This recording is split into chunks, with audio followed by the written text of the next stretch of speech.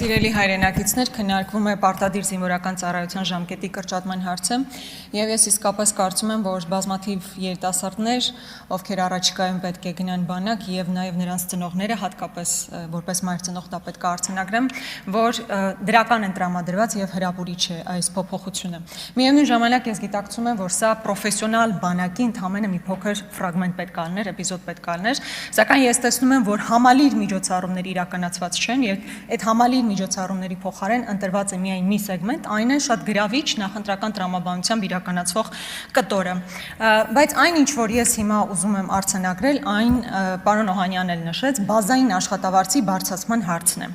Հիմա մենք ունենք խնդիր համալրման։ Եթե պրոֆեսիոնալ բանակ պետքա ձևավորվի, այդ պրոֆեսիոնալ բանակը պետքա ձևավորվի պայմանագրային զինծառայողների միջոցով։ Հիմա դուք ինձ ասեք, ինչ գրավիչ պայմաններ եք ստեղծել, այդ թվում նաև աշխատավարձի տեսանկյունից, որ Հայաստանի Հանրապետության քաղաքացին որոշում կայացնի, գնա եւ պայմանագիր կնքի եւ պայմանագրային զինծառայող աշխատի։ Ես հիմա այս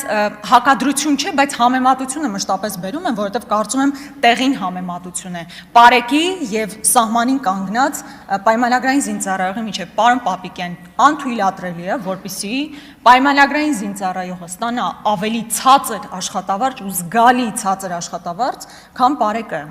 Հասկանում եք, ես ամենայն հարգանքով նրանց իրականացրած աշխատանքի նկատմամբ ոչ թե հակադրության մեջ եմ դնում, այլ համեմատության մեջ եմ դնում։ Հիմա Հայաստանի Հանրապետության քաղաքացին, եթե ընտրություն կատարի, որտեղ գնա աշխատելու, հաշվի առնելով սահմանում առկա ռիսկերը, մարտահրավերները, պայմանները եւ այն ինչ որ ունենալու օրինակ Երևանի կենտրոնում բարեք աշխատելիս։ Ակնհայտ է, չէ, եթե մենք համալրման խնդիր ենք փորձելու լուծել, եթե պրոֆեսիոնալ բանակ ենք փորձելու ձևավորել, առնվազն տարական բազային աշխատավարձի բարձրացումը պարզապես հրամայական է։ Եվ շատ կարճ մի բան,